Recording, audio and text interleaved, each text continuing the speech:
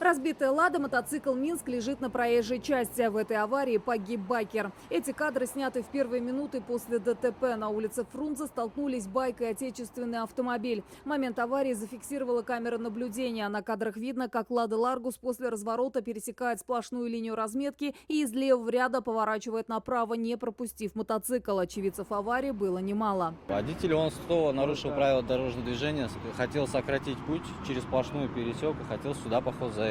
Стопудово они постоянно здесь выгружают.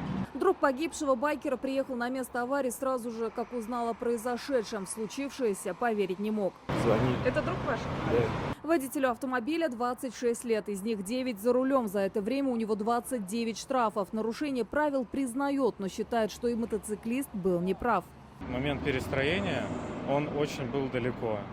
Его скорость была слишком... Если бы он был рядом, я бы не перестраивался. Говорит, повреждение автомобиля тому доказательство.